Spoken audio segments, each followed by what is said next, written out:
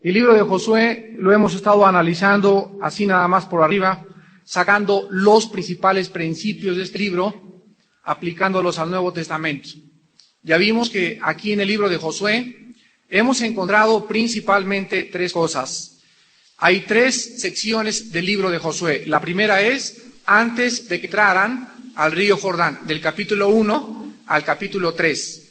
Del capítulo 3 al capítulo 5 encontramos el cruce del río del Jordán, que ya lo vimos en la clase pasada. Y ahora vamos a ver del capítulo 5, finales de versículos del capítulo 5 hasta el capítulo 11, el centro del conflicto, o sea, las guerras o cuando comienzan al cruzar el Jordán a comenzar a conquistar. Entonces, Josué tiene tres etapas. Antes de la entrada, en la conquista y la posesión de la tierra. Vuelvo a repetir, la entrada a la tierra, la conquista de la tierra y la posesión de la tierra. Notemos este orden. No podemos poseer sin conquistar, ni conquistar sin entrar. Otra vez, tenemos que entrar primero, después conquistar y después poseer. Vimos ya la entrada, vamos a ver ahora la conquista y nos va a quedar al último la posesión.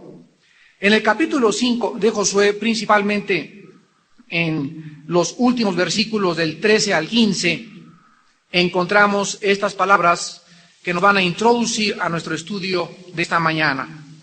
Estando Josué cerca de Jericó, alzó sus ojos y vio un varón que estaba delante de él, el cual tenía una espada desenvainada en su mano.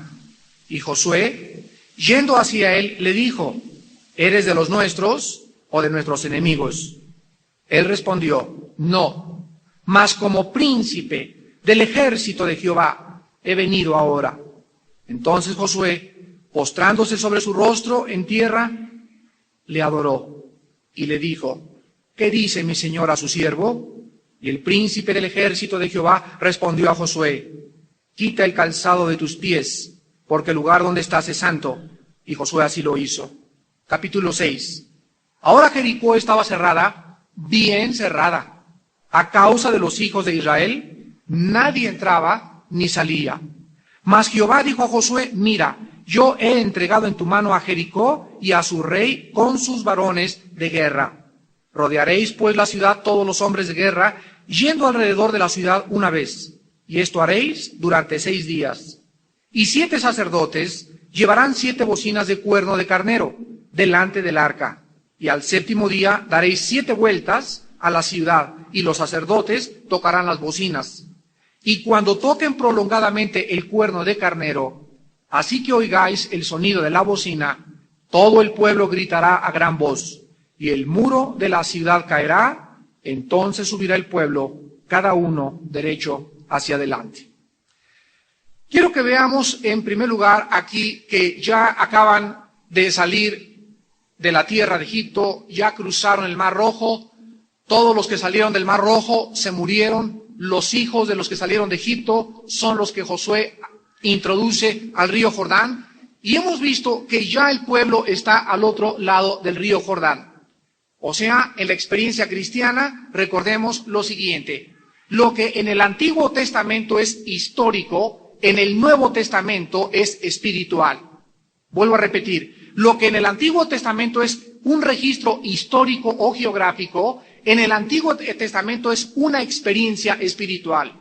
Entonces, el cruce del Río Rojo fue algo histórico en los judíos, que representa, ya lo vimos, una enseñanza espiritual. El río Jordán fue un registro histórico y geográfico del pueblo de Israel que representa para nosotros una lección espiritual. Entonces ahora ya cruzan el Jordán y lo primero que tienen enfrente es una ciudad llamada Jericó. Después de esa ciudad que estaba ahí estaban otras 6 ciudades. O sea, eran 7 ciudades las que ellos tenían que conquistar en la tierra prometida. Antes de que pudieran poseer toda la tierra, esa tierra estaba fortificada por 7 enemigos. Y cada uno de los reyes de estas ciudades tenía que ser vencido antes de que ellos pudieran disfrutar el reposo y la fe que Dios quería que disfrutaran al entrar a Canaán. Lo primero que se les presenta es Jericó. Y encontramos aquí a Josué ya cruzando el río Jordán. Y comienza Josué a mirar a Jericó. Y posiblemente Josué estaba pensando, ¿cómo le podemos hacer? Esa ciudad está cerrada. Nadie entra ni sale. Porque acuérdense que en el capítulo 2 descubrieron el rey de Jericó que los judíos habían cruzado el Jordán y les tenían un pánico tan tremendo que cerraron todas las puertas para que ningún judío entrara. Entonces ahí está Josué. Caray, tiene como 40 metros de largo, vamos a necesitar catapultas, vamos a necesitar, voy a agarrar los más fuertes, vamos a tratar de... Y estaba desarrollando la estrategia para conquistar la ciudad. Cuando estaba Josué pensando cómo iba a entrar en Jericó, en ese momento tiene él una revelación. Y antes de que Josué pudiera seguir planeando el ataque a Jericó, encontramos la lección más importante antes de conquistar. Y quiero decirles a ustedes que para poder conquistar a nuestros enemigos es necesario antes la consagración. Antes de la conquista es la consagración. Veamos detalladamente, en primer lugar, el tiempo en que Josué tiene esta aparición. Ya habían entrado a la tierra, repito, estaban entre el Jordán y Jericó, en medio. Aquí estaba Jericó, aquí estaba el río Jordán, estaban ellos en medio. El río les hacía imposible la retirada y la ciudad de Jericó desafiaba su avance. Y esta es la posición geográfica en el tiempo de Josué que nos muestra geográficamente una lección espiritual tremenda. ¿Quiénes somos los cristianos? Somos personas que hemos salido ya de la muerte, hemos salido del mundo de las tinieblas, hemos dejado Egipto y ya nos preguntamos, no podemos retroceder. Pero al mismo tiempo que no podemos retroceder, también tenemos enfrente todos los días un Jericó esperándonos. Problemas y conflictos. Y la cuestión es la siguiente. Si tú ahorita vienes a esta iglesia y tienes un problema bastante fuerte, tienes solamente dos opciones, retirada o avanzada. Si te retiras, regresas de donde saliste. Y si avanzas, vas a necesitar valor. ¿Qué nos queda entonces? Nos queda seguir peleando y seguir conquistando a nuestros enemigos. Porque tenemos a alguien que nos dice, estoy con ustedes todos los días hasta el fin del mundo. Hasta este momento, habían hecho todo lo que se les había ordenado. Se habían circuncidado, ya lo vimos, después de 38 años, habían vuelto a celebrar la Pascua. Y Josué estaba esperando entonces instrucciones de Dios y planeando al mismo tiempo la toma de Jericó. Aquí debemos recordar lo siguiente. Ningún cristiano puede recibir más instrucciones si las que ya conoce no las obedece. Ninguno de ustedes puede conocer más revelaciones frescas de la palabra de Dios y comprender más la voluntad de Dios si ahorita las que ya tienen no las están obedeciendo. Nadie pues puede tener más revelación de Dios si no está preparado para recibirla. Una de las cosas más maravillosas es que cuando nosotros comenzamos a caminar con el Señor y comenzamos a caminar en el Espíritu Santo, comenzamos a tener conflicto con el enemigo. Comenzamos a darnos cuenta que el diablo es real, que el diablo puede poseer personas, que el diablo puede manifestarse de diferentes formas y que el conflicto es real. No es un cuento de hadas, no es Aladino y la lámpara maravillosa, es algo que existe y que es real en la vida cristiana. Y este conflicto tiene que ser ganado solamente a través de la sangre preciosa de Jesucristo. Porque en la sangre de Cristo hay poder y en la sangre de Cristo tenemos la victoria. Bajo la sangre podemos enfrentar al enemigo. Fuera de la sangre, el enemigo nos puede a nosotros inclusive hacer daño. Vemos entonces que Josué está solo, está orando y está pensando cuál es el próximo paso en la vida cristiana. Vemos en el versículo 13, que dice la Biblia que estando cerca de Jericó alzó sus ojos y vio un varón que estaba delante de él, y quiero que noten en primer lugar que la revelación sobrenatural de Josué en este momento era de un hombre con una espada desenvainada en la mano. En otras palabras, era un guerrero. La espada nos habla de alguien que está en conflicto con otro, un soldado. Josué, yendo hacia él, le dijo, ¿eres de los nuestros o de nuestros enemigos? En segundo lugar, noten ustedes que Josué solamente tenía dos bandos, a su favor o en contra de él. Y luego dice en el versículo 14, la respuesta de este ser sobrenatural. El guerrero sobrenatural le contesta y le dice, no, o sea, no soy tuyo ni tampoco soy enemigo, mas como príncipe del ejército de Jehová he venido ahora. Entonces Josué, postrándose sobre su rostro en tierra, le adoró. Le dijo, ¿qué dice mi señor a su siervo? Y le contesta el príncipe, quita el calzado de tus pies, porque el lugar que estás pisando es santo. Quiero que vean ustedes que antes de que Josué pudiera comenzar a atacar Jericó y a caminar hacia Jericó, él tenía en primer lugar que reconocer que no era Israel el que iba a tomar Jericó, no era Israel el que iba a vencer a las 7 ciudades, no somos nosotros los que podemos vencer nuestros vicios, nuestros enemigos, a la gente y al mundo. Mi carne es más poderosa que toda mi voluntad. Las tentaciones del mundo son más fuertes que mi propia iniciativa y mi propia determinación para vencerlas. El mundo que me rodea es más fuerte y el enemigo, el diablo que se manifiesta en medio de nosotros a cada instante y que lo podemos reprender en el nombre y por la sangre de Cristo, es más fuerte que nosotros. Para que podamos enfrentar nosotros a nuestra propia carne, al diablo o al mundo, tiene que ser. Aprendamos esta lección, que es la más elemental de la vida cristiana, en el poder de Jesucristo. Pablo dice, no es que seamos competentes nosotros, no es que yo tenga fuerza sobre los espíritus y diga, en el nombre de Cristo sal, yo no tengo ninguna fuerza, es la autoridad que se nos ha sido dada, que nos pertenece como hijos de Dios. Y lo primero que necesitamos hacer antes de comenzar a caminar para enfrentar el problema de tu hijo, el problema de tu esposa, el problema de tu trabajo, es lo que hizo Josué. Antes de cualquier cosa debemos recordar que él lo primero que hizo fue hincarse y adorarse. El primer paso, pues, para que comencemos a caminar con Dios es entonces la adoración. No podemos hacer otra cosa si no comprendemos que la respuesta nuestra ante la revelación de Dios es, número 1, postrarse sobre la tierra y adorar. Estamos delante de un ser sobrenatural que es el Hijo de Dios. Y Él quiere que nosotros le reconozcamos y le adoremos.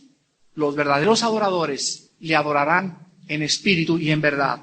En segundo lugar, veamos nosotros la respuesta de Josué. Primero se hinca y le adora, y en segundo lugar le pregunta, ¿qué quieres que yo haga? El segundo paso es la rendición total hacia la voluntad de Dios. Cuando Pablo iba en su caballo, el camino a Damasco, lo tumba un rayo de luz del caballo, y en ese momento, ¿qué hace Pablo? Adora a Dios. Se hinca sin saber ni qué estaba haciendo, y le pregunta a la voz, Señor, ¿qué quieres que yo haga? No podemos nosotros seguir caminando con Dios si no estamos dispuestos a preguntarle a Él, Padre Santo, ¿quieres que me case? Padre Santo, ¿quieres que compre este terreno? ¿Quieres que venda mi coche? ¿Quieres que venda mi casa? No hay ningún detalle insignificante en la vida del cristiano que no debamos traer a la voluntad de Dios. ¿Qué quieres, Señor, que yo haga? Vemos nosotros que Pablo hizo lo mismo entonces en el capítulo 9 del libro de los Hechos. Y en último lugar, en el versículo 15, el príncipe del ejército de Jehová le responde a Josué, quita el calzado de tus pies. El lugar donde estás es santo, y Josué así lo hizo. Encontramos en último lugar la consagración. Veamos entonces los 3 pasos que nos delinea el libro de Josué. Adoración, rendición y consagración. Dice en 2 de Timoteo capítulo 2 versículo 21, si alguno se limpia de estas cosas, ahí está la consagración. Ahí está lo que dice el Antiguo Testamento, santifíquense los que llevan el instrumento de Dios. Si alguno se limpia, será instrumento de honra, útil, venerable al Señor. Yo no puedo servir a Dios sucio, porque antes de que yo pueda comenzar a vencer a mis enemigos, yo tengo que estar limpio de inmundicia. ¿Para qué necesito estar limpio? Para que Dios pueda pelear por mí. ¿Cuántos de ustedes están perdiendo batallas? ¿Cuántos de ustedes están perdiendo batallas contra el vicio, contra el cigarro, no lo pueden dejar, contra el alcohol, contra la sensualidad, contra el sexo, contra la tranza? Siguen robando impuestos, siguen evadiendo impuestos después de tener 2 años en Cristo. Siguen teniendo enemigos que se los están comiendo. ¿Por qué no tienen victoria? Porque no están consagrados. Vamos pues nosotros a recordar también lo que dice Santiago 4:7. Someteos a Dios y el diablo huirá de vosotros. Vean ustedes el orden. Someteos a Dios y el diablo huirá de nosotros. Hay hermanos que me he encontrado que le dicen, a ver, diablo, entra y ora así, ponte los guantes de box y nos damos y ese karate y el otro. Quieren pelear contra el diablo en el poder de la carne. ¿Saben ustedes cómo huye de nosotros el diablo? Sometiéndonos a Dios. Si tú hubieras sometido a la rendición y a la consagración de Dios, Dios pelea por ti, no es nuestra la pelea. Pero es importante el mismo orden antes de entrar al primer enemigo, que es Jericó. Vayamos ahora al capítulo 6 de Josué. Y vamos a ver del capítulo del 6 al 11, donde encontramos el conflicto. Dios nunca nos ha dicho en la Biblia que la vida cristiana es un día de campo. Yo no encuentro en la Biblia ningún lugar donde un siervo de Dios no haya tenido conflicto constante con el demonio, con el mundo y con la carne. Tenemos enemigos que vencer, batallas que pelear y obstáculos que derribar. Si ustedes notan el lenguaje del Nuevo Testamento, encontramos en el Nuevo Testamento que la vida cristiana es el sinónimo de una carrera en primer lugar. Hebreos 12:1. Corramos con paciencia la carrera que está puesta delante. Yo les decía a unos hermanos que durante mucho tiempo a mí me gustó mucho hacer deporte. Ya en los últimos 2 o 3 años, mi esposo y yo hemos vuelto otra vez a reacondicionarnos físicamente. Y no se imaginan qué trabajo me ha costado para volver a recuperar mi condición física. Antes corría 4, 5, 6 kilómetros y el año pasado estaba corriendo 3 o 4 kilómetros.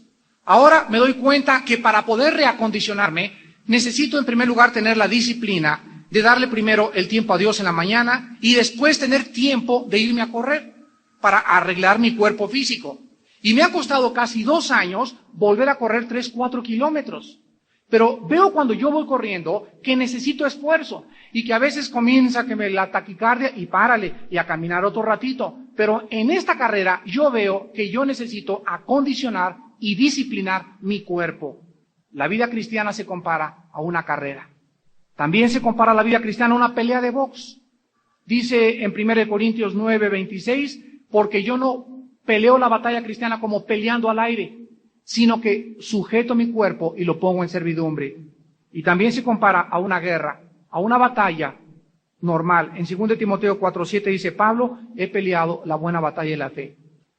¿Qué es la vida cristiana entonces? ¿Recibir a Cristo y acostarte? ¿Y decir que gloria a Dios porque tengo problemas y soy cristiano? Todo lo contrario, no has conocido la vida cristiana. La vida cristiana es un conflicto y lo vamos a estudiar en este momento. Vean ustedes en 1 Pedro capítulo 1, que lo primero que se nos habla del conflicto es lo siguiente.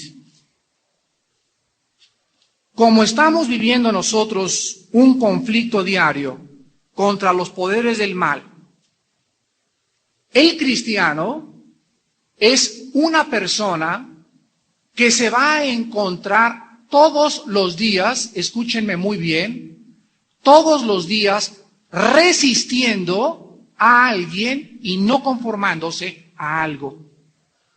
Lo vuelvo a repetir. El cristiano es una persona que todos los días va a tener que estar resistiendo a quienes. A tus amigas que te quieren invitar a fumar marihuana, a tus amigos que te quieren llevar a la disco, a tus amigos que te quieren llevar a ver películas pornográficas, a tu amigo que te quiere invitar, a tu amigo que te quiere invitar a un negocio sucio. Estamos todos los días resistiendo a algo. Y no conformándonos todos los días a lo que el mundo quiere moldearnos. Fíjense lo que es la vida cristiana, comiencen a entenderla. Es una resistencia continua y oposición nuestra hacia el mundo que nos quiere absorber. ¿De qué nos habla esto? De un conflicto, de una lucha diaria.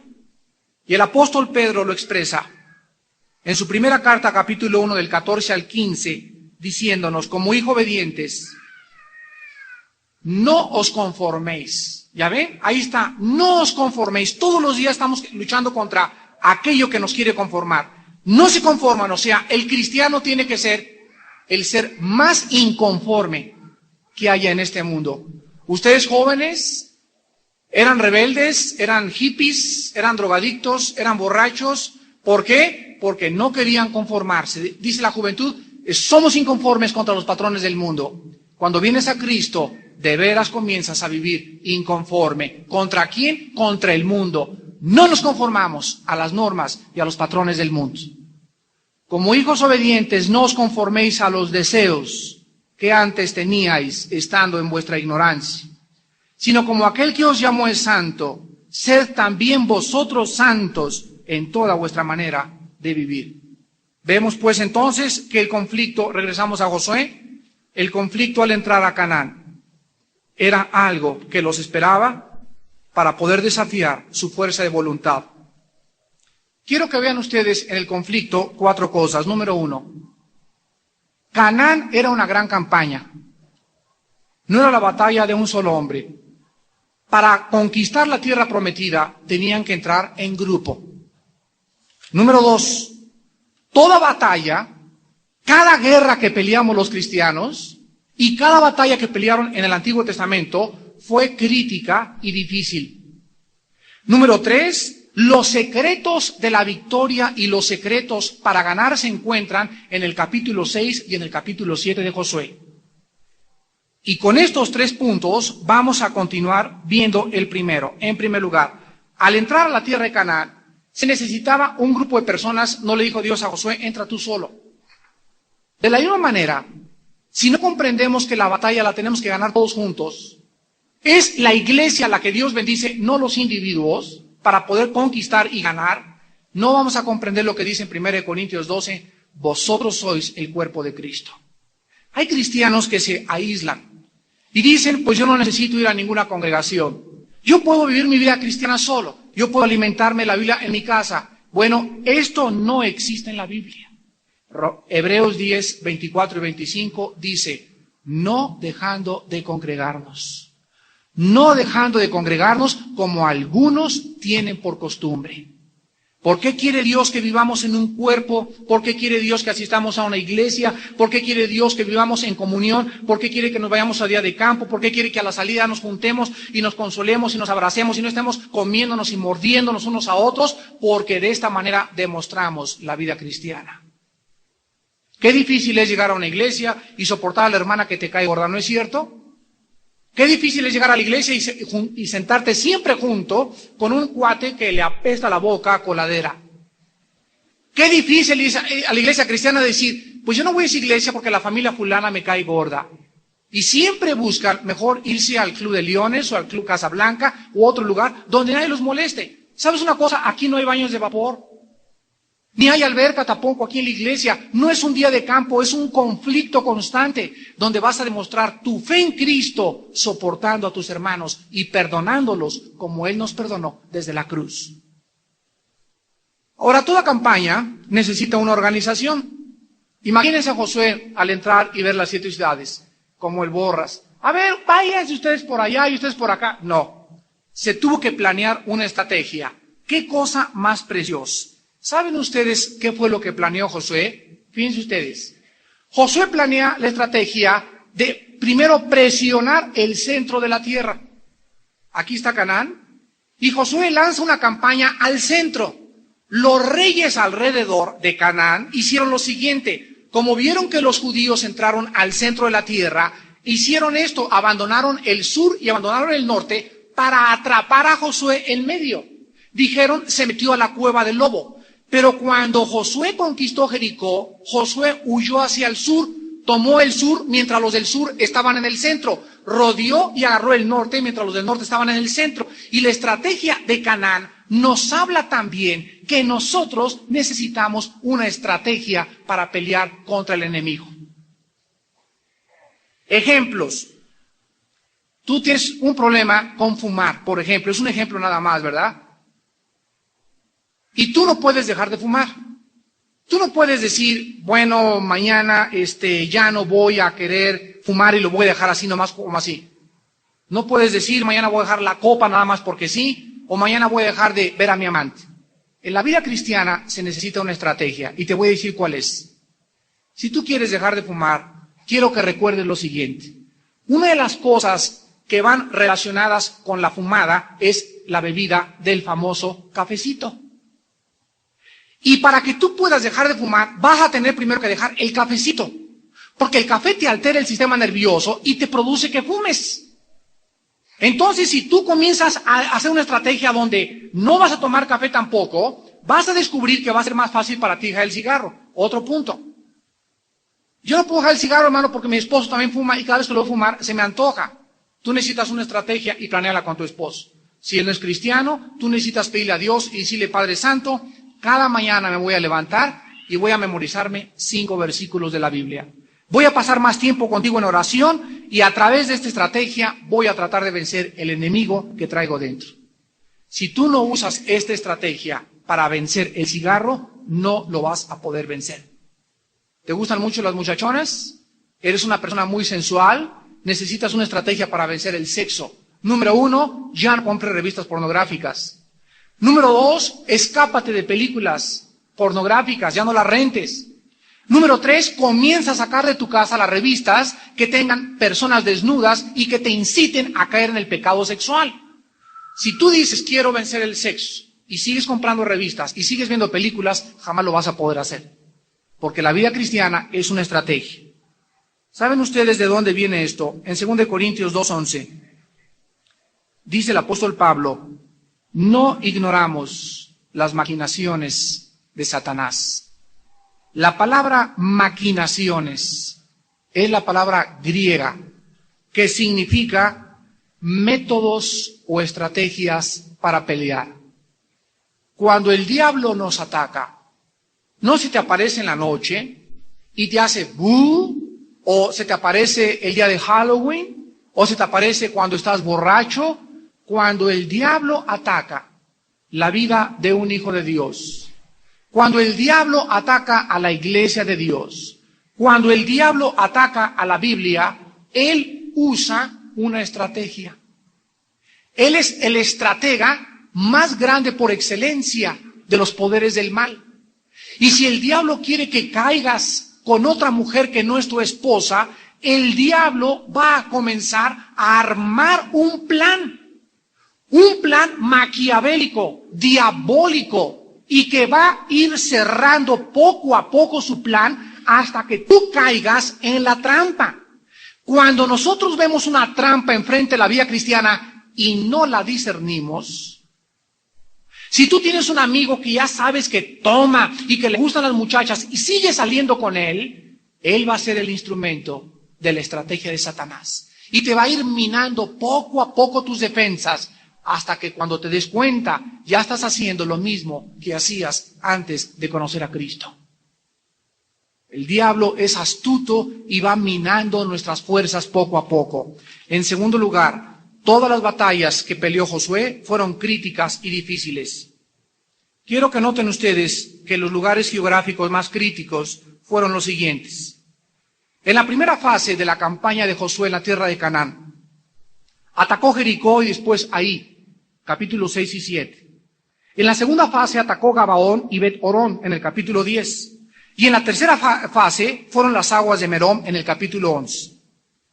Toda la campaña de Josué duró 7 años y no hubo ninguna batalla que él peleara que no fuera difícil y que no fuera crítica. De la misma manera, quiero que escuchen la lección espiritual en este momento. Todos los cristianos vamos a enfrentar batallas, pero quiero decirles lo siguiente. Unas batallas van a ser más críticas que otras, porque van a decidir nuestro futuro.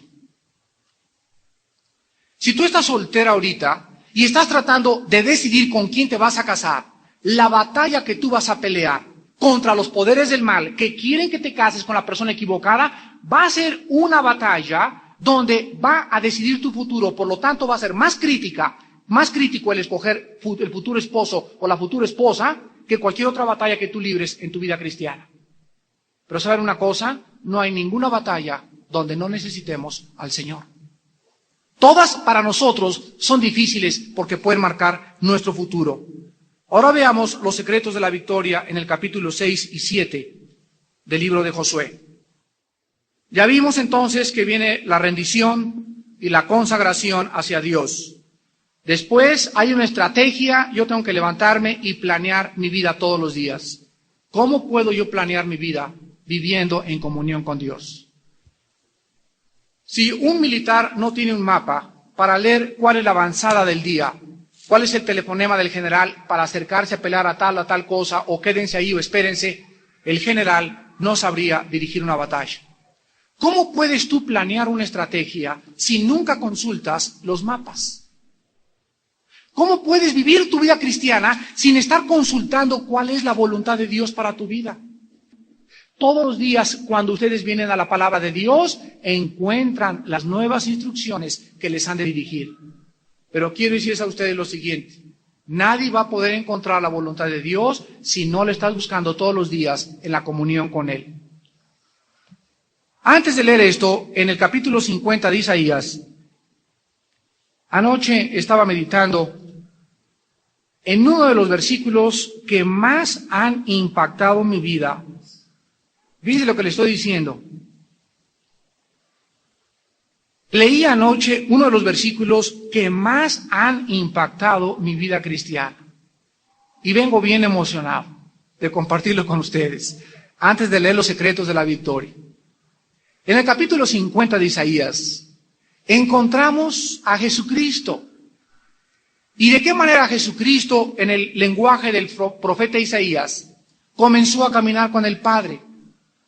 Pero escuchen el versículo 4, Isaías 54.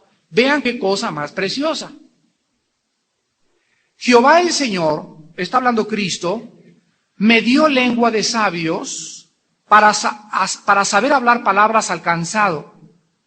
Despertará cada mañana, mañana tras mañana, despertará mi oído para que oiga como los sabios.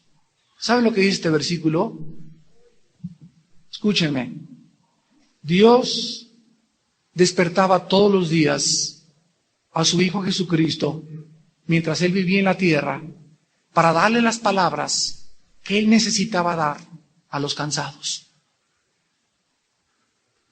Cristo dependía hasta para lo que iba a decir que el Padre se lo revelara todos los días.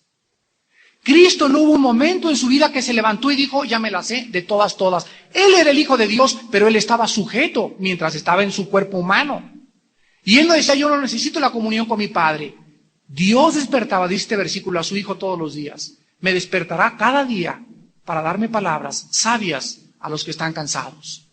Si el Hijo necesitaba estas instrucciones del Padre, ¿cuánto más necesitamos nosotros su sabiduría para poder dar esta palabra a todos ustedes que vienen cada domingo trabajados y cargados y que quieren descansar en la palabra de Dios? Los secretos de la victoria son 3. Josué, no vas a usar flechas contra Jericó. No. Resorteras, tampoco. Catapultas, tampoco. Ametralladoras UCI judías, tampoco. Entrenamiento puro Rambito, ni Rambos tampoco. Señor, ya te dije, aquí estoy para hacer tu voluntad. ¿Cuáles son tus instrucciones? Escúchame bien, Josué. Cada mañana se van a levantar y van a acampar enfrente de Jericó. Y cada mañana durante 7 días se van a levantar, los sacerdotes van a llevar el arca adelante, después los levitas atrás, y después ustedes, y van a caminar alrededor de la muralla una vez. Y después, y les hacemos, lero, nada, no les digan nada. Nada más van a caminar alrededor de Jericó y se vuelven a acampar. Esto lo van a hacer durante 7 días todas las mañanas. Y en el 7º día, van a darle 7 vueltas a la ciudad de Jericó, y en cuanto den la 7ª vuelta, comiencen los soldados a gritar, ¡ah! Y en el momento que griten, toquen las trompetas, y yo derrumbaré Jericó. ¿Qué te parecen las órdenes? ¿Saben una cosa? A mí me parecen, desde el punto y desde la perspectiva humana, ilógicas. Número 1, ¿no es cierto? ¿Se imaginan ustedes el ridículo que hicieron? Cada mañana levantarse y aquellos ahí desde arriba de las murallas, y ahí vienen, y nomás le dan una vuelta así y se volvieron a acampar.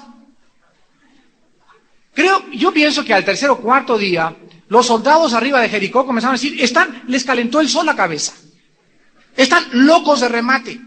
Estos son los siervos de Jehová. Pero ¿qué están haciendo? Y vuelta, y vuelta, y vuelta, y vuelta. Bueno, es que en primer lugar, el secreto de la victoria, en primer lugar, se necesita para poder vencer la fe. Enmudecí porque tú lo dijiste. Quiero que entiendan, mis queridos hermanos, que muchas veces las órdenes del general van a chocar contra nuestra razón. Y Dios nos mandará a hacer cosas muchas veces que van contra nuestros propios principios. Les voy a dar un ejemplo. Las señoras quieren que el marido se convierta y la Biblia dice, mujeres, cállense la boca, pónganse un zipper y no le digan nada a su marido, con vuestra conducta lo ganarán. Pero la sabiduría humana es, no te dejes chiquita, dile, échale, quémale los frijoles. Bueno, esta es la sabiduría humana, la sabiduría de Dios dice, cállate la boca. Ahora, si tú haces caso de la sabiduría humana y te sigues defendiendo, no me digas, por favor, que tienes fe. Jóvenes, ¿qué les dice Dios? Para que ustedes se casen, necesitan el permiso de los padres. Y si tus padres no están de acuerdo en el matrimonio, no se casen. Pero es que me quiere, y ustedes son unos injustos, y no... Ahí está la sabiduría humana y la sabiduría de Dios. ¿A quién le vas a hacer caso? ¿Por qué me dices que tienes fe? ¿Por qué me llaman Señor? Si no hace mi voluntad.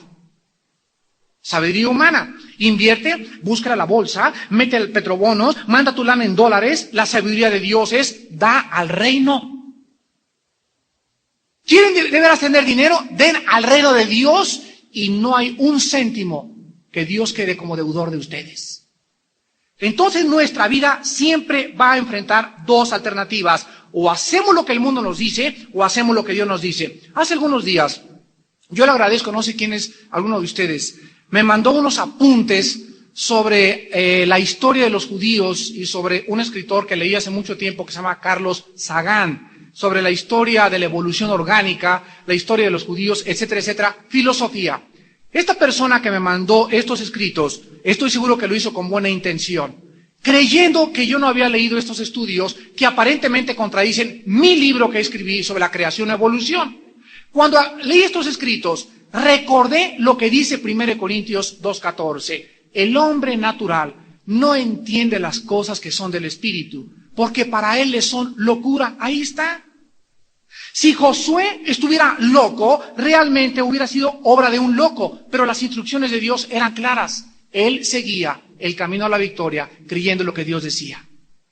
Cuando leí estos artículos, vuelvo a repetir, vuelvo a encontrar que toda la palabrería y toda la filosofía de Sagan, de Bertrand Russell, de Carlos Darwin, es lo que es palabrería sin ninguna base científica, especulaciones. Puede que a lo mejor millones de años, vuelvo a repetir, tenemos la fe y tenemos la palabra de Dios. ¿A quién le creo? ¿A Darwin o le creo a Dios?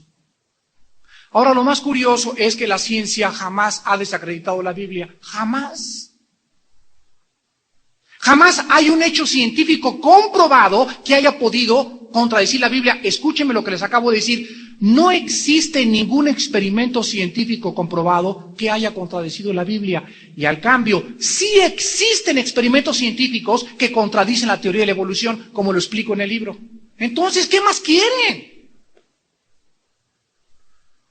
Si no hay fe en nuestras vidas, no podemos nosotros tener victoria para poder vencer nuestros enemigos. Número 2. Josué, vas a caminar, etcétera, etcétera. Señor, pero es que, cállese la boca. Pero es que te calles, Josué, te estoy diciendo. Señor, pero va a decir que están locos. Por favor, Josué, quiero que entiendas que después de la fe viene la obediencia. Usted no conoce a mis papás, hermanos, son injustos y me pegan muy feo, etcétera, etcétera. Cállese la boca. Pero es que, cállese la boca. Usted no conoce a mi esposo, señor Alducin. Mire que, cállese la boca. Obedezca. Pero es que si no invierto en la bolsa, cállese la boca. Dé más a la obra de Dios. La obediencia es el segundo secreto de la victoria. Y si ustedes no obedecen lo que la Biblia les manda, no me extraña que tengan las vidas que están viviendo. Una vida de intranquilidad, de zozobra, de incertidumbre a todo lo que está pasando en el mundo a nuestro alrededor. En tercer lugar, después de que vemos esto, quiero decirles a ustedes que para haber hecho lo que hizo Josué y caminar alrededor de Jericó y oír, lero, lero, a ver, éntrenle, ahora el cuarto día, no que los judíos, que Jehová, que no sé qué, a ver, bola de locos, locos, tarados mentales, para mí eres un tonto, un religioso, fanático, etcétera, etcétera. ¿Saben ustedes que se necesitó, en tercer lugar, valor? Se necesitó valor para poder haber obedecido las órdenes de Dios. Los 3 secretos de la victoria. Mira, Josué, que te mando que te esfuerces y seas valiente. No temas ni desmayes, que estoy contigo. Fe, obediencia y valor. Se necesita valor para ser cristiano y pararte en la Navidad y pararte en tu casa y pararte en la oficina con tu jefe y decir no tengo miedo. Mis convicciones son más profundas que sus propias filosofías. Se necesita valor para decir a tus amigos no quiero esa copa. Se necesita valor para decirle a tu amiga no quiero andar contigo. Se necesita valor para decirle al sexo no uso el sexo antes de casarme. Se necesita valor para la vida cristiana. Vean ustedes en la segunda carta a Timoteo que el apóstol Pablo es lo primero que le dice a Timoteo al despedirse de él. Segunda de Timoteo, capítulo 1, del 7 al 8. Porque no nos ha dado Dios espíritu de cobardía. Un cristiano no puede ser un cobarde. Y no para pelearse en el periférico, sino para testificar y hablar de él públicamente. Sino de poder, de amor y de dominio propio. Por tanto, no te avergüences de dar testimonio de nuestro Señor. No dice, no te avergüences de pelearte. No te avergüences de negar una copa con tus amigos. No te avergüences de ir a las fiestas con ellos. No, el valor no es para eso. El valor es para hablar de Cristo. No tengan miedo en su oficina, en su trabajo, con sus familiares, al gobierno entero, al mundo entero, decirle, soy hijo de Cristo. Mientras no existe este valor, no podremos tener la victoria contra nuestros enemigos. Y rápidamente, en último lugar, las causas de la derrota son 3. Las causas de la derrota son 3. Entran a Jericó, derrumban a Jericó, y llegamos al capítulo 7 de Josué. Y encontramos en el capítulo 7 de Josué que la segunda ciudad que tenían que tomar era Ahí. ¿Saben ustedes que después de la victoria viene la confianza en sí mismos? ¿Oyeron lo que les dije? La victoria nos puede vanagloriarnos.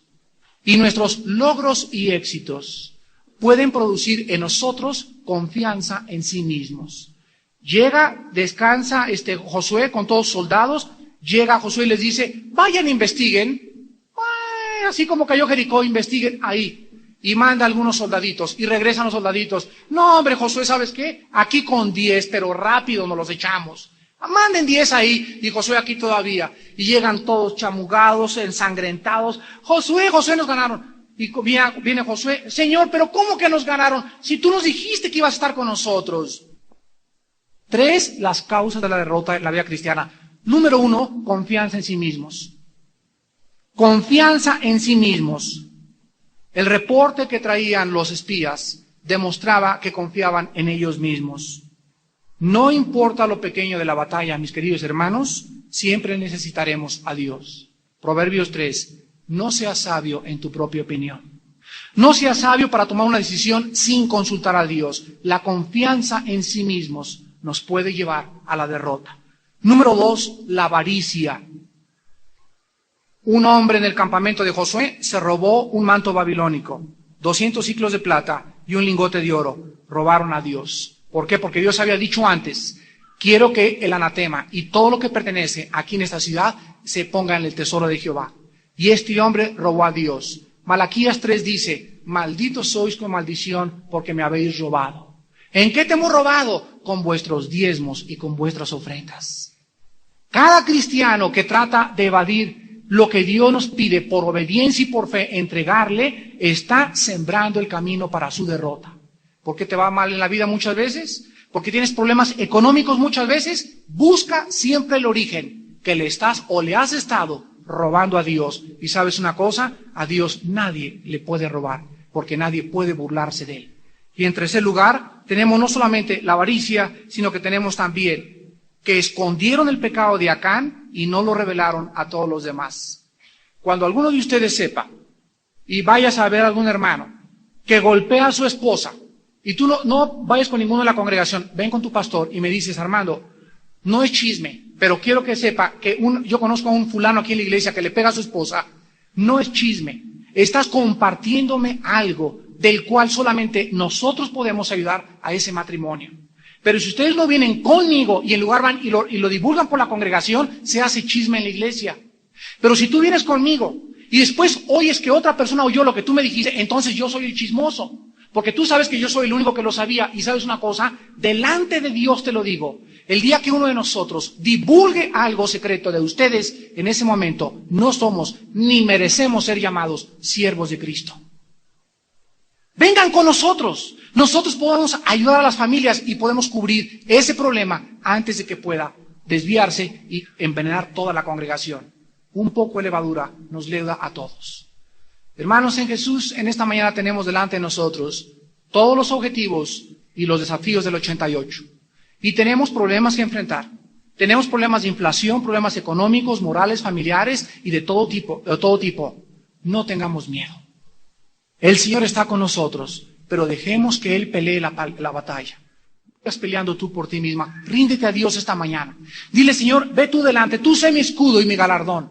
Yo quiero seguirte de una forma consagrada total a tu obediencia. Si no hay la fe, ni la obediencia, ni el servicio a Dios, no esperes jamás poder entrar a la tierra de reposo. Oremos. Padre, te damos gracias en esta mañana porque todas las lecciones históricas del Antiguo Testamento nos dicen en 1 Corintios 10 que se escribieron para nuestra enseñanza, para que aprendamos a través de lo que fue historia en el mundo del Espíritu. Josué no podía tener confianza en sí mismo.